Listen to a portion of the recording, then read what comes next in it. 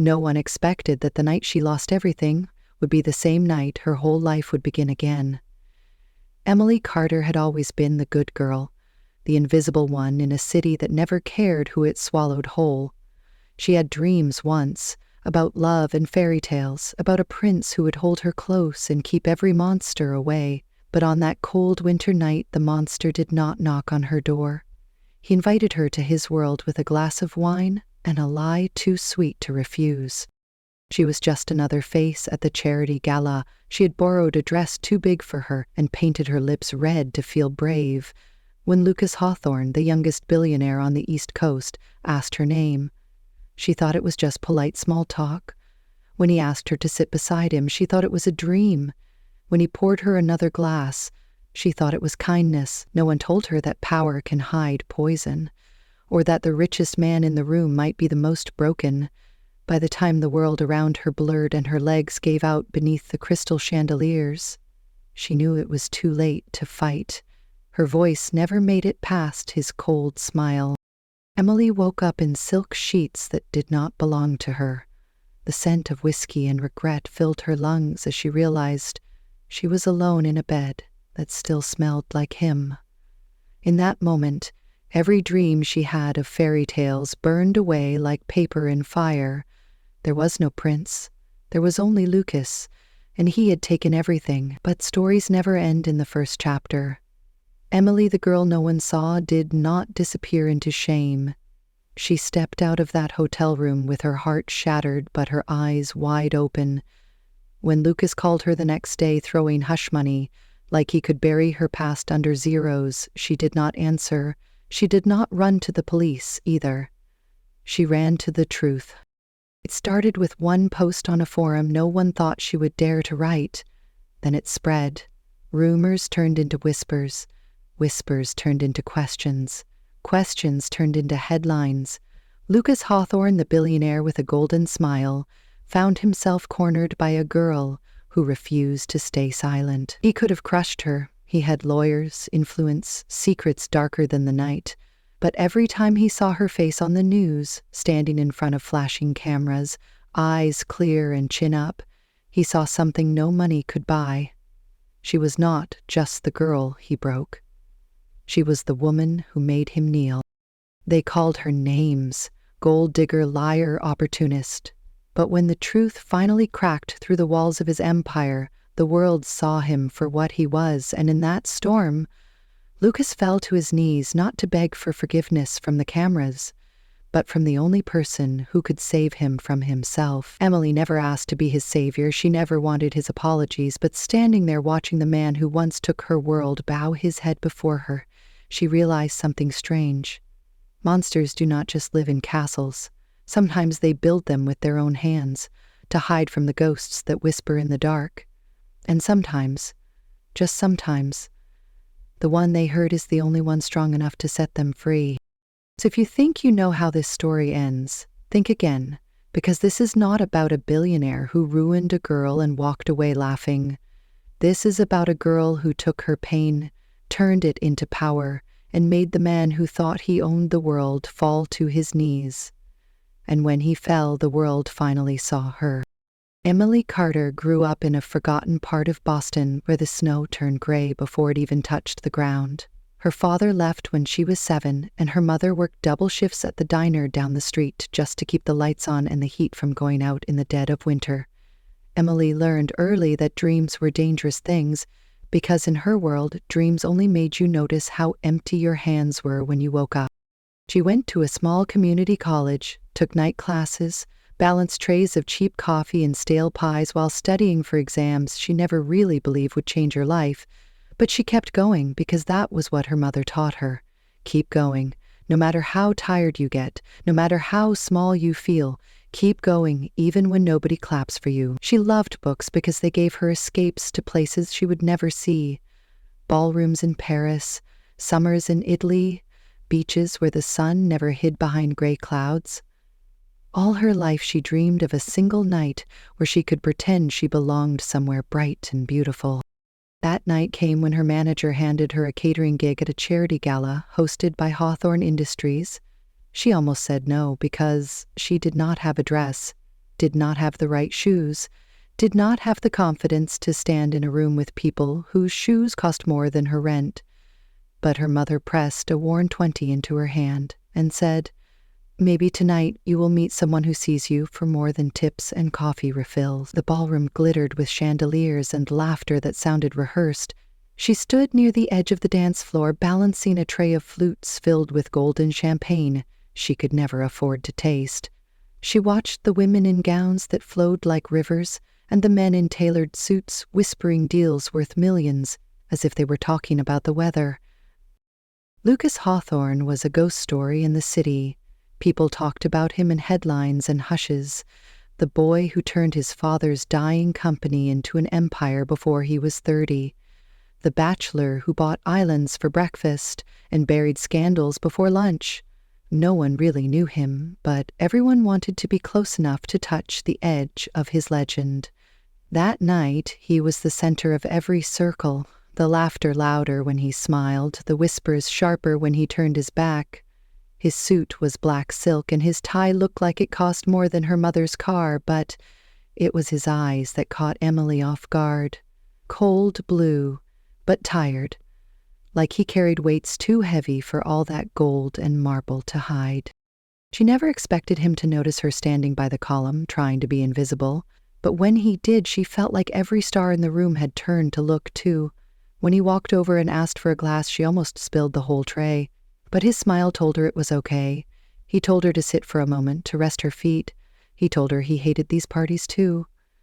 That he only stayed because his name bought hope for sick kids in dying hospitals. She listened, because his voice made her believe it.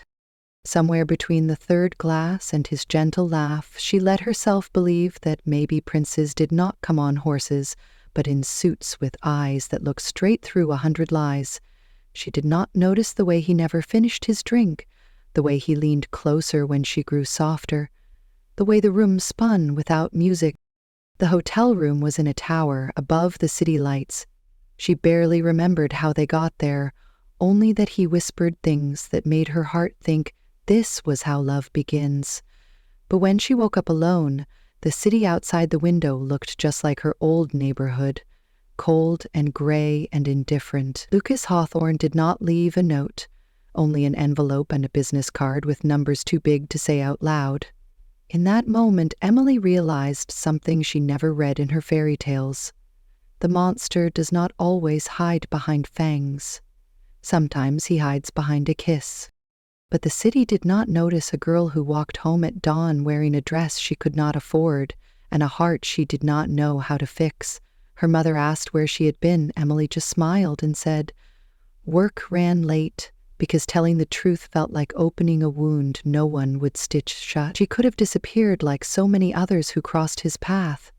But somewhere deep in the parts of her heart that still believed in heroes, she decided maybe this time she could be her own.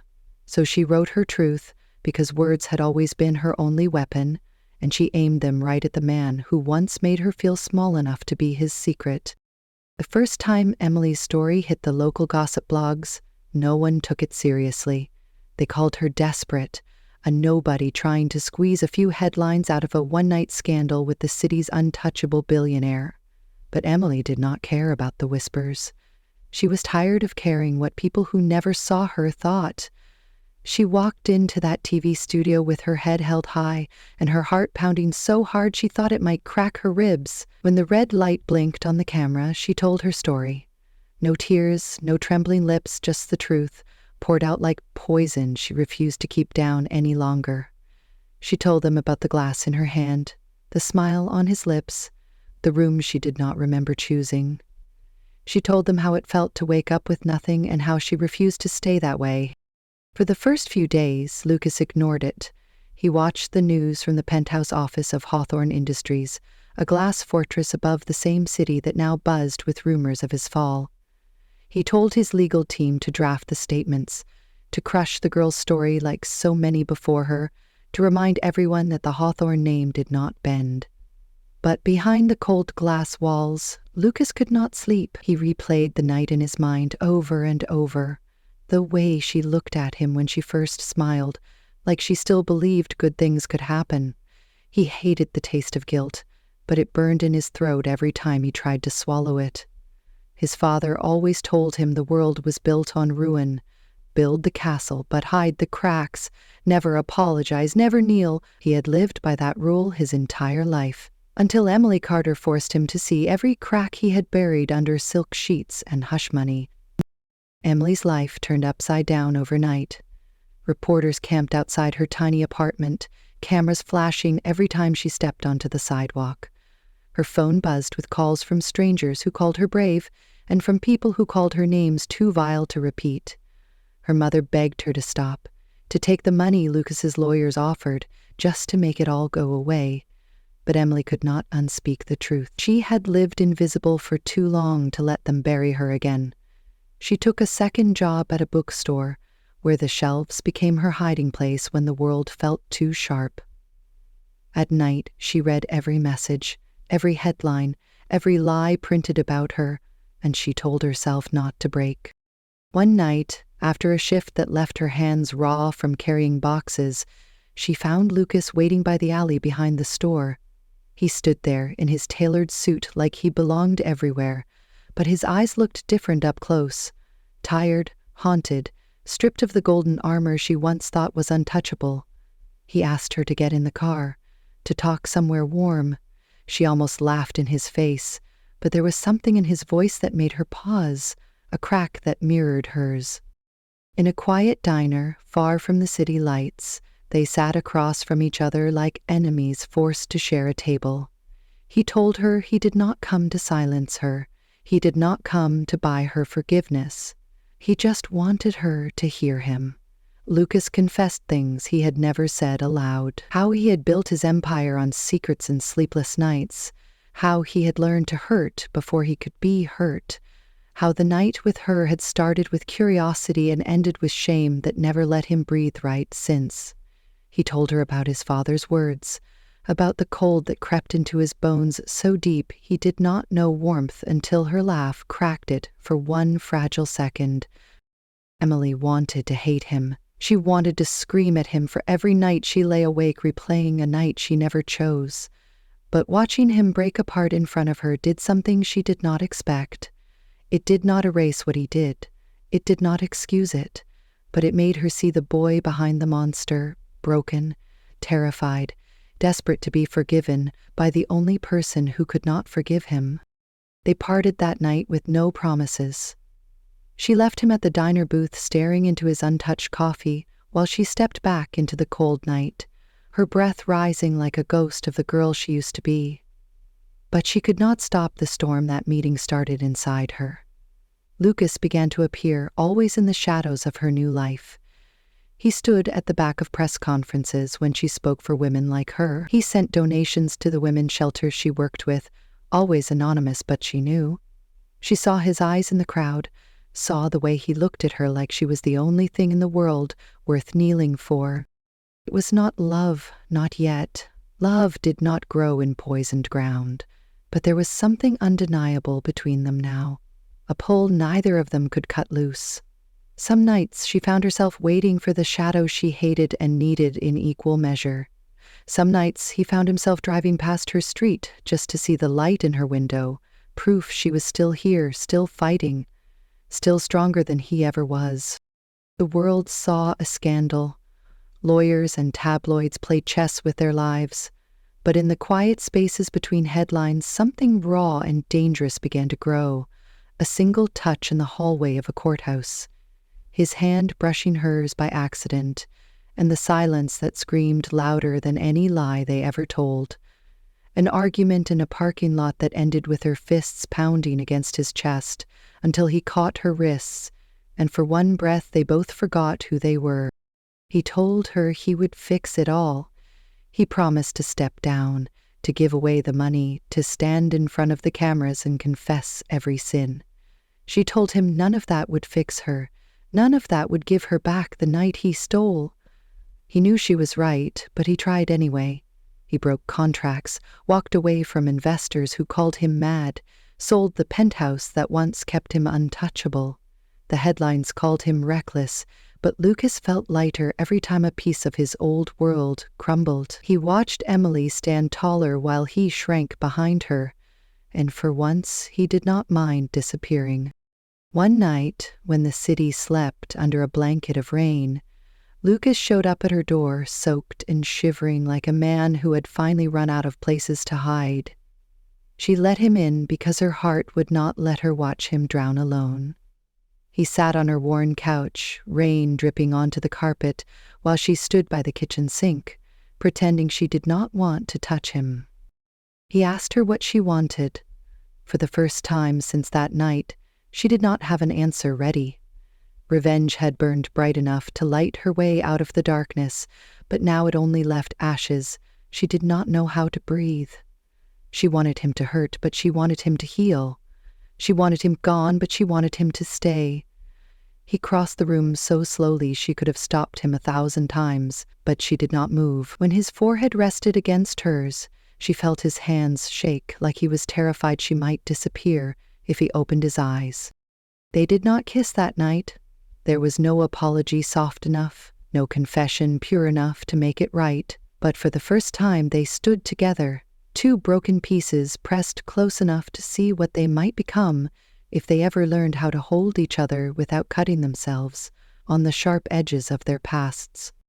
Outside the storm roared, but inside the tiny apartment built on borrowed dreams and stubborn hope, something softer than forgiveness began to bloom. They were not lovers yet, not enemies anymore. They were two people learning that sometimes the person you fear the most is the only one who can show you what you truly are. And sometimes the monster who breaks you is the only one desperate enough to build you back, piece by trembling piece. The rain did not stop for days after that night, and neither did the rumors. Emily woke each morning to headlines that twisted her truth into something dirtier than it ever was. They called her a gold digger, a liar, a broken doll craving pity. She stopped reading the news, but the words still found her. Painted on her door, hissed from passing cars, spat out by strangers who thought shame could drown her spirit, but Emily had survived worse than names. What she feared was the one truth she still kept buried in her chest, the truth even she did not want to admit, that her heart, traitorous and wild, no longer saw Lucas Hawthorne as the monster under her bed. In the hush of her tiny living room, they began to see each other as they were, not who the world made them out to be. She learned that Lucas did not know how to sleep without pills or whiskey. She found empty bottles under her couch when he stayed too long, saw the shadows under his eyes that no designer suit could hide. He learned that she still flinched in her sleep, that some nights she woke gasping, memories crawling up her throat like smoke. They spoke in pieces, never naming what they were becoming. In the daylight, she called him a mistake she refused to repeat, but when the sun died behind the city skyline, they sat closer, knees brushing, hands drifting near enough to feel each other's warmth, but never brave enough to close the space completely. One night she asked him why. Why her? Why that night? Why the drug in her glass? Lucas had no lies left in him by then. He told her how it started with a dare, a cruel game played by men who treated women like keys to doors they already owned. He told her how he never meant to touch her, how her laugh made him pause, made him wonder what it would be like to have something real, something that did not come with a contract and a signature. He told her how the darkness in him won anyway. He told her how he hated himself the second he saw her lying there so small on silk sheets meant for secrets and sins. Emily did not cry when he spoke. Her eyes stayed dry, but her hands twisted in her lap until her knuckles turned white. She wanted to slap him for saying it, for making her carry the weight of his confession too, but some part of her wanted him to hurt more than she did, and he did. She could see it in the way his voice cracked when he said her name, in the way he looked at her like she was the only judge who could sentence him for every crime he had ever buried under marble floors and glass towers. The truth did not free her, it did not fix anything, but it made the air between them clear for the first time since that night. There was no more pretending. They were tangled together now, a knot tied by a cruel fate neither of them had asked for. She told him she hated him. He told her he would hate himself for the rest of his life. But then she asked him why he kept coming back. Why he had not run away the way powerful men always did, he answered without blinking. Because leaving her was the only thing he could not do. The world outside spun faster. Hawthorne Industries began to bleed. Investors pulled out when Lucas refused to bury the scandal. Stock prices crashed, while boardrooms filled with men in suits who whispered about removing him before he destroyed everything his father built. Lucas did not flinch. He signed papers that handed power to people who never dreamed of touching it. He stood in front of cameras and told the truth that he drugged her, that he took what was not his, that he would spend every breath left in him trying to make it right. Emily watched the press conference from the back of the same diner where they first spoke the truth out loud. She sat in the same booth, fingers wrapped around a chipped mug of cheap coffee, heart hammering at the sight of him on every screen in the place. The people around her stared too, jaws slack, some shaking their heads, some muttering that he was finished, but Emily did not see a ruined man. She saw Lucas finally stripped of every lie, every shield, every mask that once made him untouchable. She saw him as he was, broken and bleeding, but finally honest.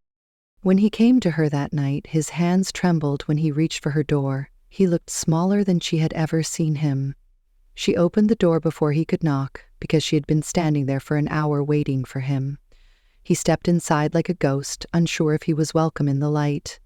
She asked him what he wanted now that there was nothing left to hide behind. He said he wanted to stay, just stay, nothing more, nothing less. In the silence that followed, they both knew staying meant more than any apology. It meant facing the pieces they still could not glue back together. It meant sharing the ugly parts, the scars they both carried like secret maps of where they broke. He told her about his mother, the one soft thing in his life that died too soon, about a father who built empires out of other people's bones and called it legacy, about nights in boarding schools where he learned power was the only thing that made the nightmares go quiet. She told him about her father, too, the man who walked out when she was 6 and never looked back, about a mother who taught her to smile through hunger and hold her chin high when people spat at her name, about the day she realized no one was coming to save her, so she learned to save herself. They sat on her floor, knees touching, secrets spilling out like spilled ink. The world outside could burn, but for that one night, they were just two souls, equal in their ruin. In the days that followed, the city turned on Lucas like wolves tearing apart a wounded king. He lost buildings, banks, boardrooms, but Emily watched him lose them with a strange sense of hope. Because for every piece he gave up, another layer of his old life fell away too, revealing a man she might one day believe in, not because he was rich, but because he was real. And then came the day she did not expect, the day he got down on his knees. Not in some grand hotel, not under the flash of paparazzi cameras, but on the cracked linoleum of her tiny kitchen. He did not bring flowers or diamonds, just his broken heart in his shaking hands. He told her he did not deserve forgiveness, but he would spend his life trying to be worthy of the chance to earn it anyway. Emily did not say yes that day. She did not say no, either. She just pulled him up from the floor, rested her forehead against his, and whispered that love was not a prize to win, but a fight worth bleeding for.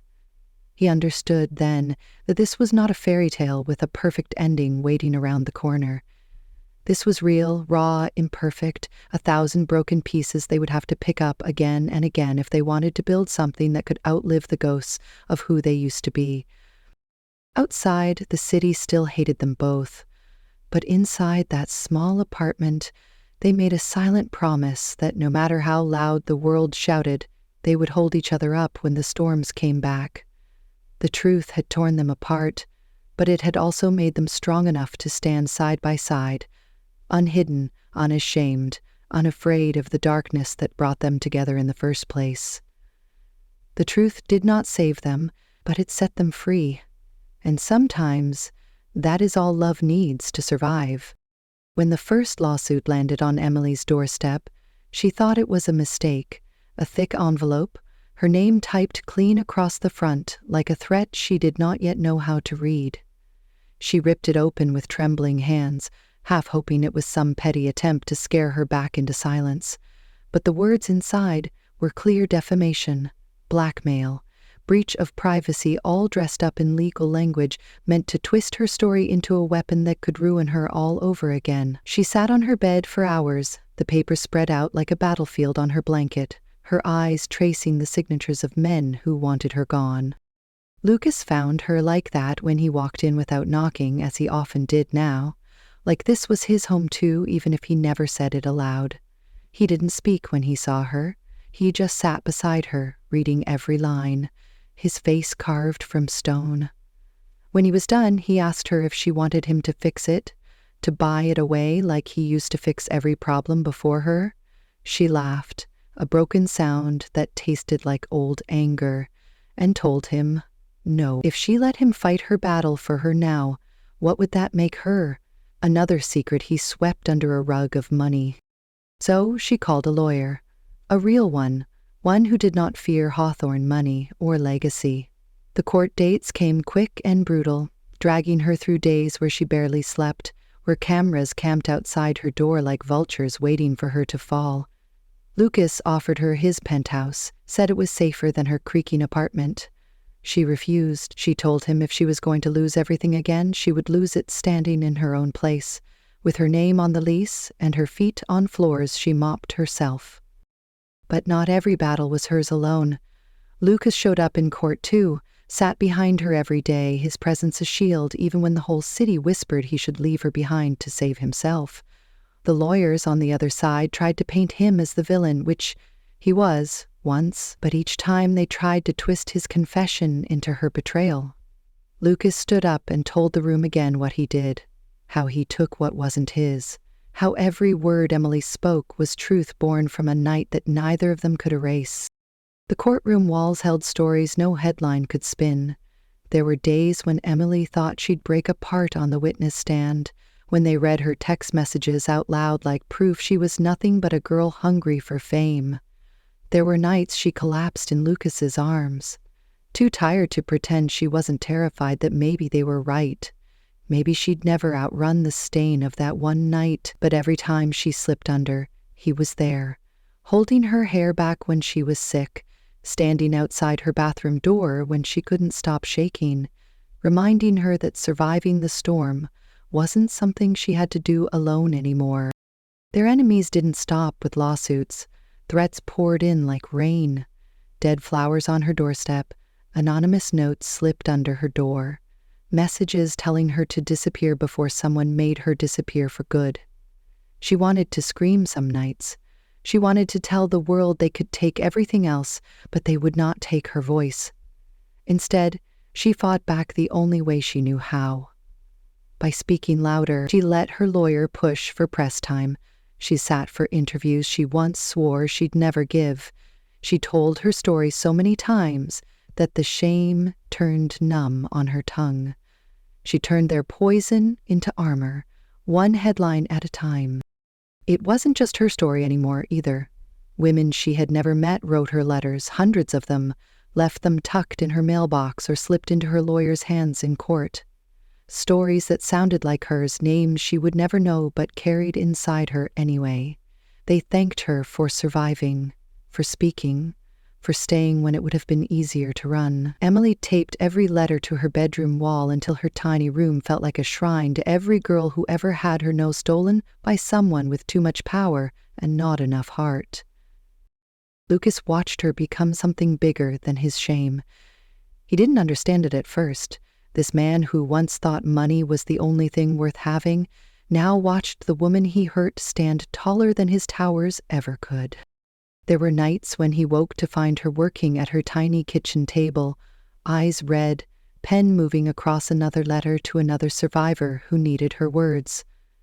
He'd ask her why she did it, why she gave so much of herself to strangers, when she barely had anything left for herself. She'd just smile, tuck her hair behind her ear, and tell him that when you lose everything, you find out what really matters, and sometimes it's not about saving yourself, but showing someone else they can be saved too.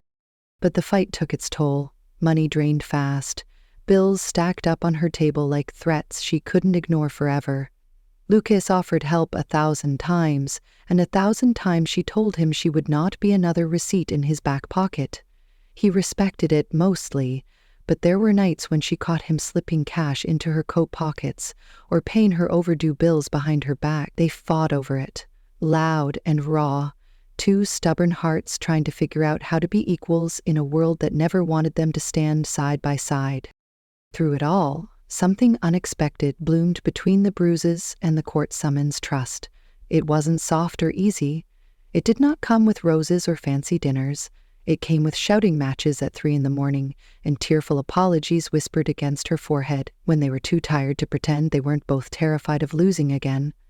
She began to see him, really see him, not the man who took her, but the man who stayed when the whole world told him to run. He began to believe her, believe in her, believe in a future that did not begin and end with guilt. The final hearing came on a Tuesday when the city felt like it was holding its breath.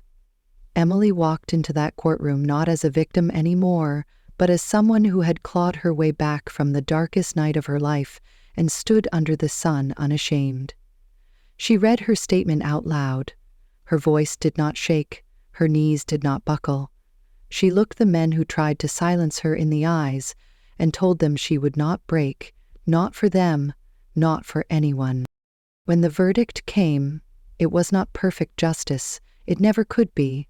Money changed hands. Apologies were printed in tiny columns at the back of newspapers. But the biggest victory was the silence that followed. The calls that stopped.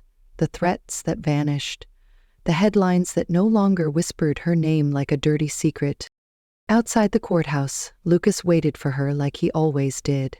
He did not have flowers or champagne, just his coat draped over his arm and eyes that looked at her like she was the only truth he had ever known. She stepped into his arms without a word, burying her face against his chest, while reporters shouted questions they would never answer.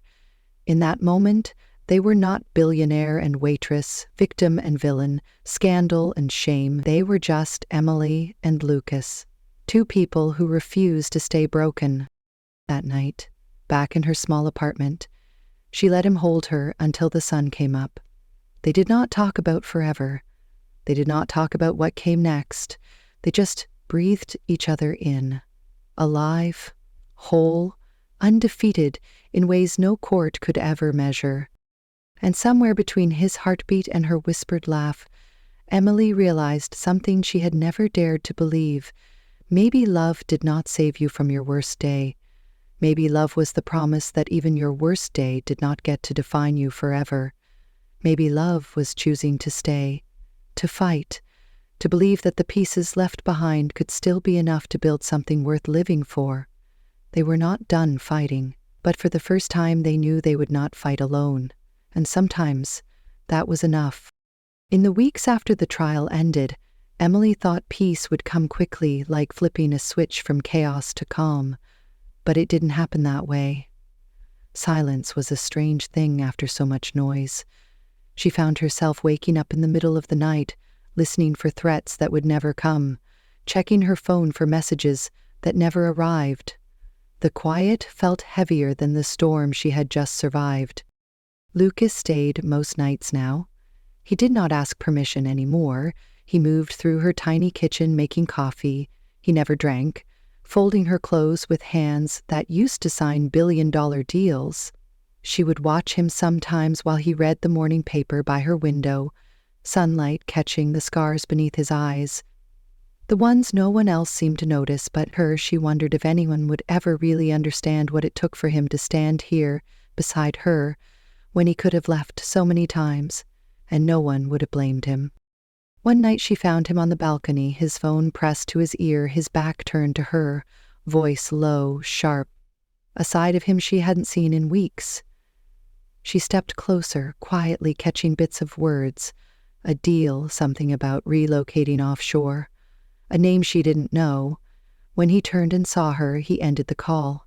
Too quickly, tucked the phone into his pocket and smiled like he hadn't just locked away a secret behind his teeth. She asked him what that was about. He told her it was nothing. Old business, dying out, like the last pieces of his old life falling away.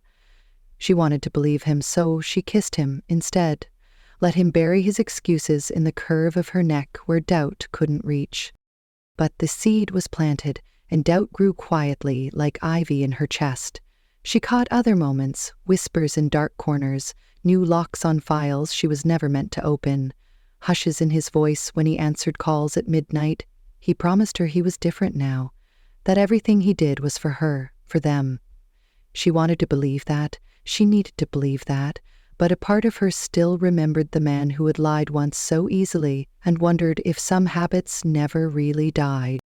Then came the letter, not from a lawyer this time, but from an old friend of hers, someone she hadn't seen since college. The envelope was bent, the paper inside creased as if handled too many times. The words were simple enough, but they made her stomach turn cold. Her friend wrote that a man in a sharp suit had come asking questions about her family, about the places she used to live, the people she trusted. The letter ended with a warning. "Emily, I don't know what you're caught up in, but be careful he's not who you think." She waited for Lucas that night, sitting on the edge of her bed, the letter in her hand when he walked through the door. His smile slipped the second he saw her eyes. She asked him about the man, about the questions, about why, after everything he'd done to prove he'd changed, he was still moving in shadows. Lucas didn't deny it. He never did. Instead, he crossed the room, knelt in front of her, took her hands in his, the same hands that had ruined her once, and now trembled like a sinner at an altar. He told her he was trying to protect her, that people still wanted her silence, that money made problems go away faster than the truth ever could. She pulled her hands free, asked him who gave him the right to decide what she needed protecting from now, who gave him the right to slip back into his old ways while pretending to stand beside her. His apology came not with flowers or soft words, but with the truth. He opened files she wasn't meant to see, transactions, transfers, favors bought and paid for, names of men who once tried to bury her story, now buried by his wealth. She realized in that moment that the fight hadn't ended. It had just changed shape. Lucas wasn't fighting beside her. He was fighting for her, around her, behind her back, covering every sharp edge she'd bled on with the same money that had broken her life in the first place. They argued for hours, her voice raw from saying the same thing over and over. She didn't want to be protected like this, not in shadows, not with hush money, not with secrets that made her a prisoner in her own story.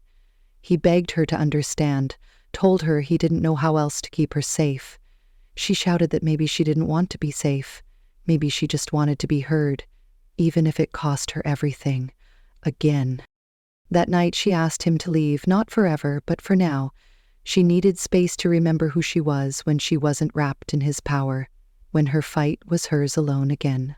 He left quietly, no slam of the door, no final word, just the echo of his steps down the hallway, and her heartbeat thundering in the quiet he left behind.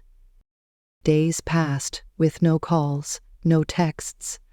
The apartment felt too big. All of a sudden, she read old letters from the girls who called her. Brave, wondered if she still was, wondered if she had traded her truth for the comfort of his arms, if she had let him rewrite her ending while she slept beside him. Every night, she wanted to hate him for it, but mostly she hated herself for missing him anyway. Then, one morning, she woke to the news on every channel, the same headlines repeated in sharp voices. The mighty Hawthorne legacy under investigation, multiple executives indicted. Lucas's name, spoken in the same breath as betrayal, corruption, cover-ups. Her phone buzzed all day.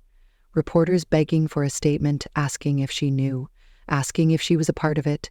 She turned them all away, shut her door, shut her curtains, waited for him to come explain, waited for him to knock, waited for him to say it was all some mistake. But he didn't come. Instead, his lawyer did. A knock at dusk, an envelope shoved into her hands. Words she didn't want to read, apologies, explanations, how he'd tried to burn the old parts of himself, but ashes still cling to your hands sometimes. The letter ended with the promise, I'm taking everything down with me, so you can stand clean when the dust settles. I won't let this touch you, I swear. She didn't cry. She thought she might, but instead she laughed sharp and aching, because of course this was how it ended.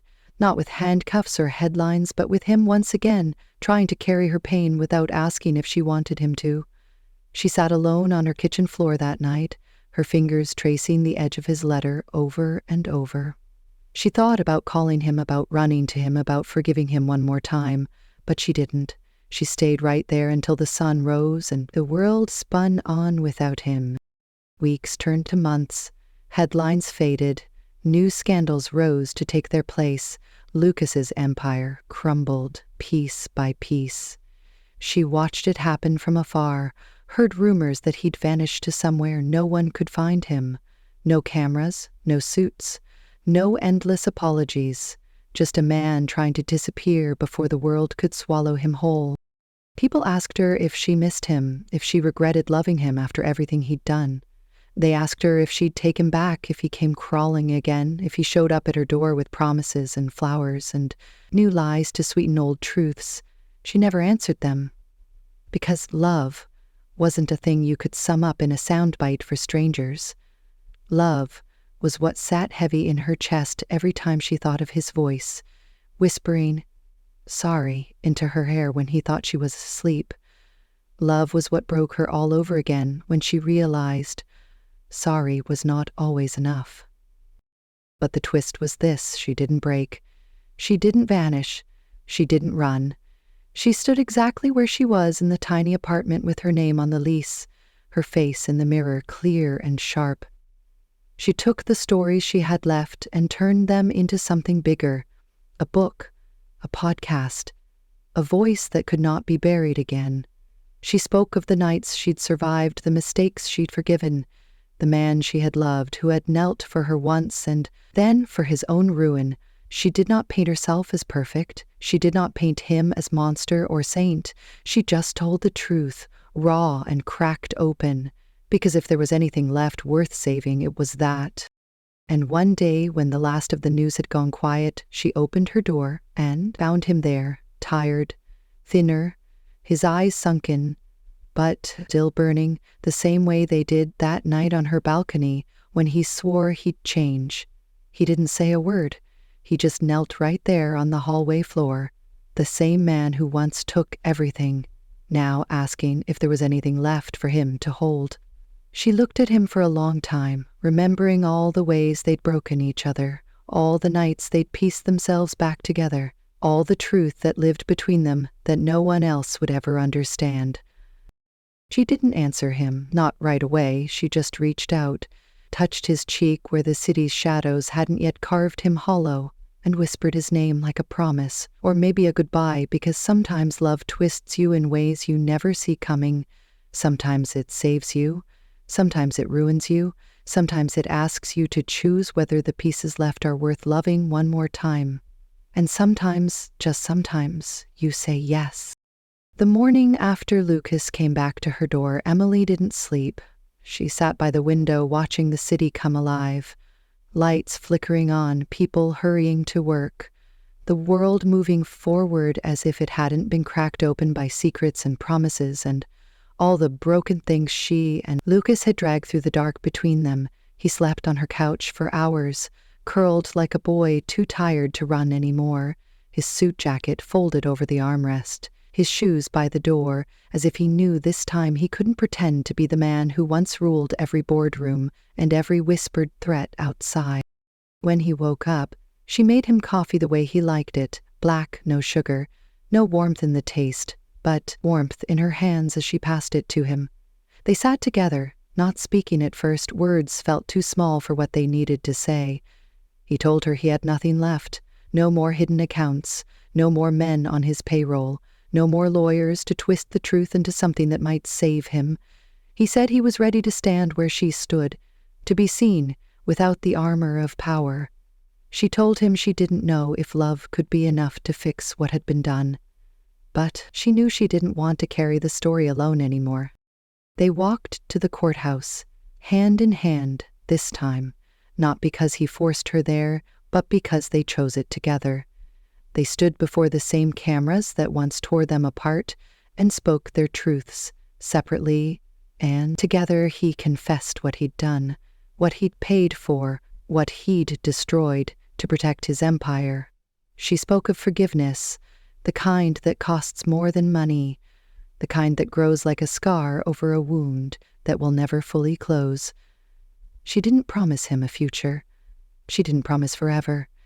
She promised only to live her life without hiding, and if he wanted to stand beside her, he would do the same.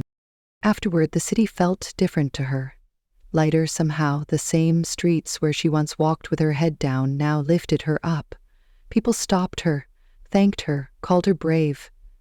She didn't feel brave most days. She felt ordinary and breakable. But maybe that was bravery too, to stand there open and imperfect and say, "Here I am. This is my story. This is my love. This is my mistake. This is my hope." Lucas stayed beside her, not always in the same room, not always in her bed. Sometimes forgiveness looked like distance. Sometimes it looked like two people learning how to be whole on their own before trying to fit those pieces back together. He built something new with his hands, not a company, not a fortune, just a life, simple and quiet. A garden in the back of a small house. Flowers he watered every morning as if each bloom might bloom. Forgiveness. In the end, people called it a scandal, some called it a redemption. Some called it foolish, but to Emily it was just life. Hers to claim, hers to shape, hers to speak aloud. She never wrote him out of it. Never pretended he was only the villain or only the lover. He was both, and more, because real love is never simple. It bends, it breaks, it asks you who you are, when everything else falls away. So when people ask her how it ended, she smiles and says, "It didn't." Not really. Stories like theirs don't end. They grow, they heal, they scar, they breathe.